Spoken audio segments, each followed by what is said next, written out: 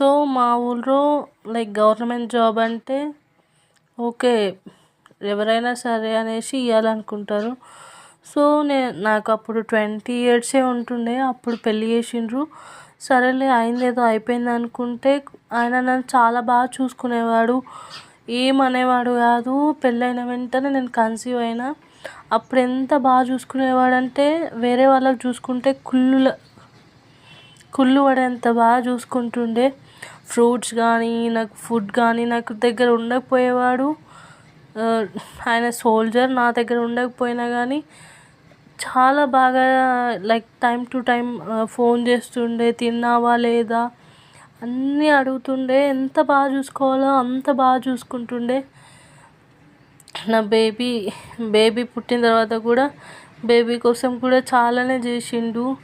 అంత బాగా జరుగుతుంది అనుకునే టైంలో ఎవరికి మా మీద లైక్ మేము ఎవరికి ఏం పాపం చేసినామో తెలియదు. ఆయన ఆల్ ఆఫ్ ఏ సడన్ నన్ను నా కొడుకును ద్వేషించడం స్టార్ట్ చేసిండు అంటే మాకు అసలు ఇక ఏం పట్టించుకునేవాడు కాదు. అంటే ఏం పట్టించుకోకుండా పోయేది. ఏమన్నా అంటే ఇంకా డైవర్స్ ఇస్తా అనే మాట కూడా అనేది.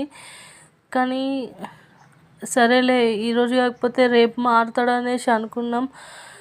కానీ ఆ దేవుడికి మేము ఇంత ఏం పాపం చేసాం నాకు అర్థం కావట్లేదు. నాకు ఇలాంటి సిచ్యువేషన్ వస్తుంది అనేసి నేను ఎప్పుడు కూడా అనుకోలేదు.